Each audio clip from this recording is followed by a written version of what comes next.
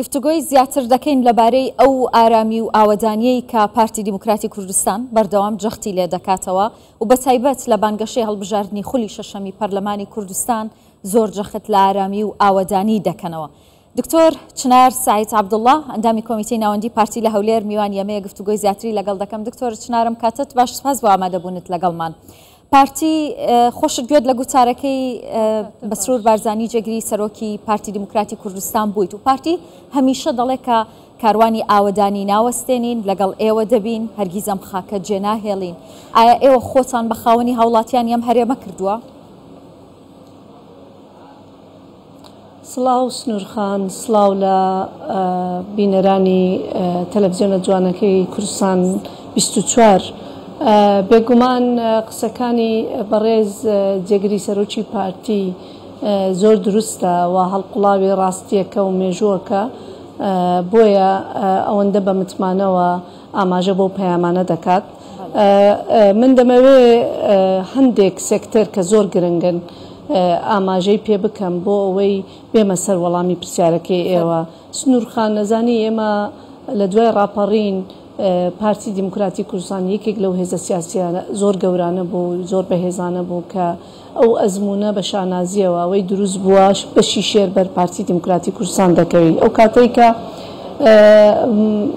یەکەم هەڵبژاردننی پەرلەمانی کوردستان بوو، دوای حکوومەتی هەرێمی کوردستان دامەزراوەکان دەستیان پێکرد، ئێمە هاتبووینەوە گەڕابووینەوە سەر وڵاتەکی وێران لە هەرێمی کوردستان لەسەر دەمی بەعەد 45,000 گوند بەداخەوە، عەفو 4500 گوند وێران ببوون.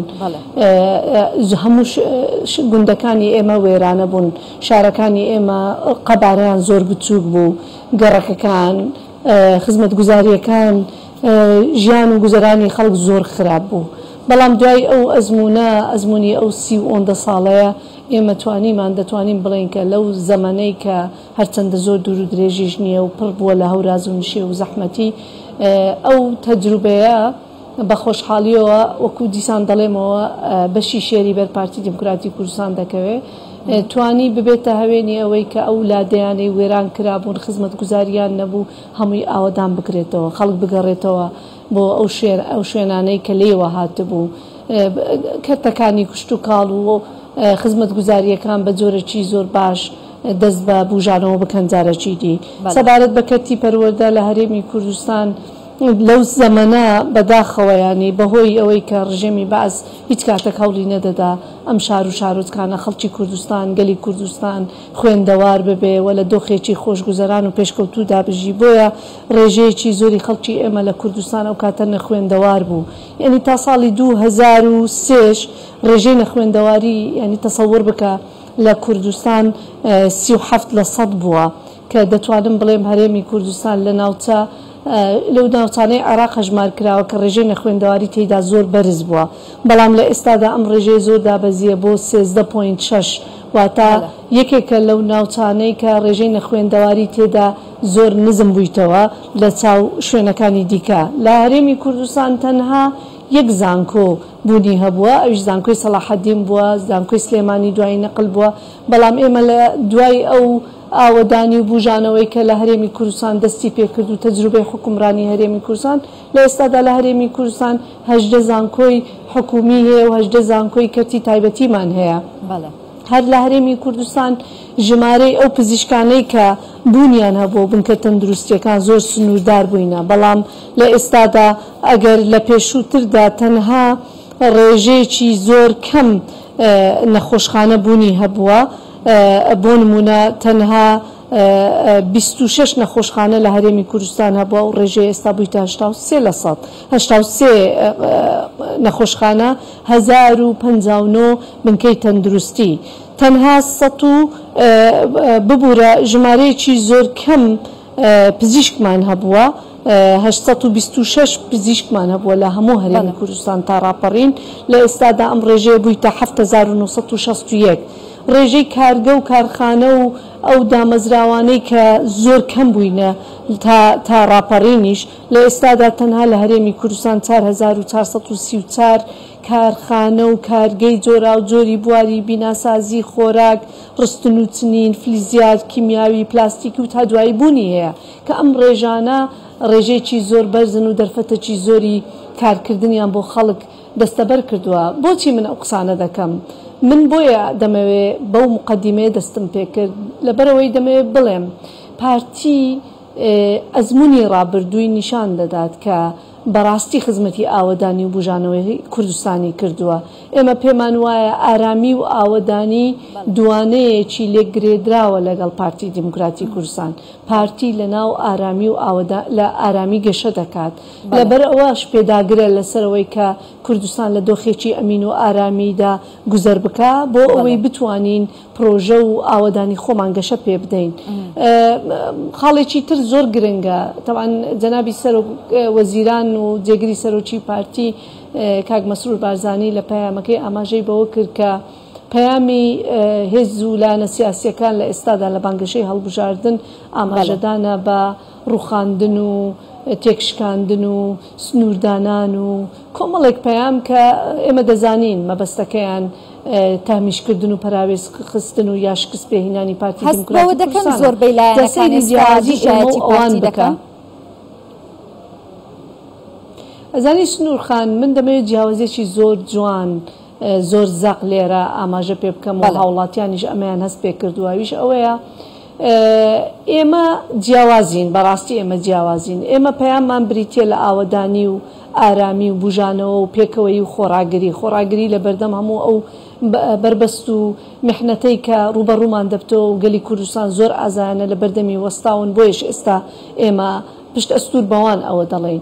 جیاوازی ئێمە لەگەڵ ئەوان ئەوەیە ئێمە ئامانجی پارتی دیموکراتی کوردستان گەلی کوردستانە.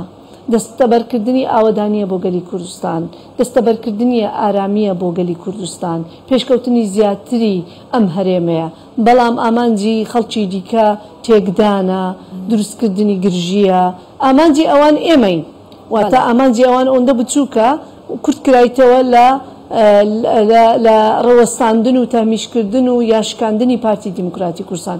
بەڵام استراتیژی ئێمە ئامانجی ئێمە زۆر باڵاترە. ئێمە ئامانجمان هیچ لایەنێکی سیاسی نییە ئەوەندەی ئامانجی ئێمە ئامانجێکی پیرۆزە. ئێمە قسەیەکی بەڕێزکردنی ئەوزانی بیرخەمەوە هەر لە کاتی بانگەشەی هەڵبژاردن گوتی کە پارتی نەبێ داگیرتان دەکەن. یعنی پارتی دەڵێ ئەگەر ئێمە نەبین قوارەی هەرێمی کوردستان لە ناوەچێت. بۆچی وا ئەڵێن؟ ئێمە بە ئەزمونەوە ئەم قسەیە دەکەین. دیارە هەر دوێنێ بوو هەرێمی کوردستان تووشی شەڕێکی زۆر نابەرابەر و دڕندانە بۆەوە لەلایەن هێزە تیرۆریستیەکانی داعش. ئەو کاتە بەداخەوە خەڵکێکی زۆر ژمارەیەکی زۆری شەهید و قوربانی و پەکەوتە لە نەتیجێ ئەم شەڕە خەڵکی کوردستان ئەم قوربانیانەیدا.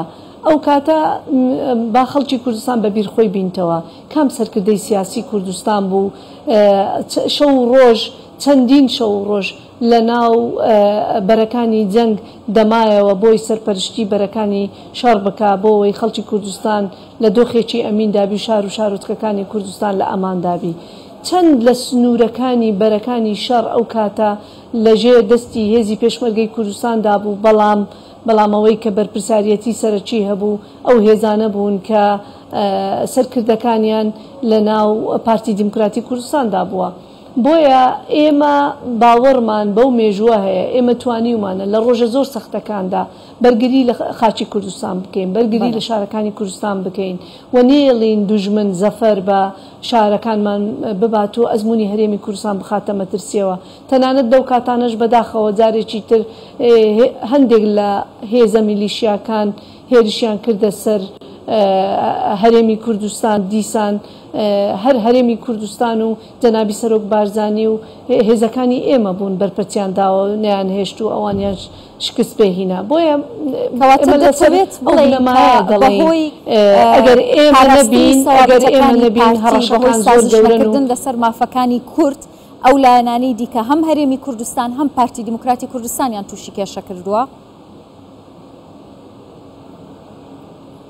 پارتی دیموکراتی کوردستان وەکو پرەنسیپ و وەکو بنەما لەسەر ئەو بنەمایانەی ئەو بنەما مرۆیی و نیشتیمانی و نەتەوەیانە مساوامە ناکە کە باوەڕی پێیتی و لەسەری دامەزراوە بۆیە داکۆچیش لە مافی گەلی کوردستان دەکا تا ئەو پەڕی خۆڕاگەری و قوربانیدان بۆیش مێژووی شاهدی ئەمە دەدا و لە ئەم ڕۆژدا ئەگەر هەر گۆڕانکاریەک ئەگەر هەر مەترسیەک ڕوبەڕووی ئەم هەرێمە ببێتەوە لە کاتێکدا کە بارودۆخەکە زۆر ئالۆزە لە ناوچەکە جارێکی تر هەر پارتی دیموکراتی کوردستانە و سەرکردەی ئێمەیە لە بەرەی پێشەوە دەمێنێتەوە بۆ داکۆچیکردن لە مافەکان نەک هەر پێکهاتەیەکی تایبەت وە تەنهانەتەوەی کورد بەڵکو پارتی دیموکراتی کوردستان خۆی بە پارێزەری هەموو پێکهاتە ئاینی نەتەوەیەکانی هەرێمی کوردستان دەزانی مێژوو ئەمەی سەلماندووە کە ئێمە ڕازگۆین و ئێمە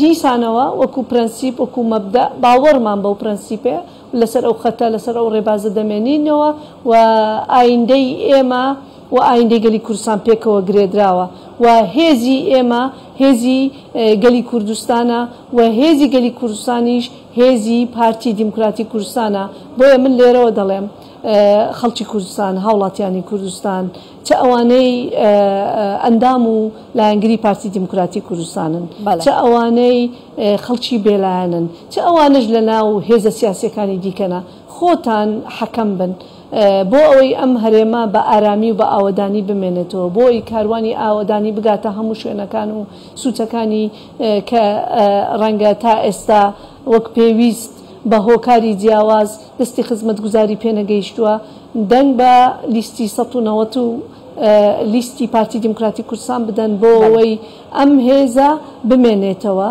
ئەم بەرگریە ئەم قەلغانە لە مەیدان بێ بۆ داکۆچیکردن لە مافی گەلی کوردستان.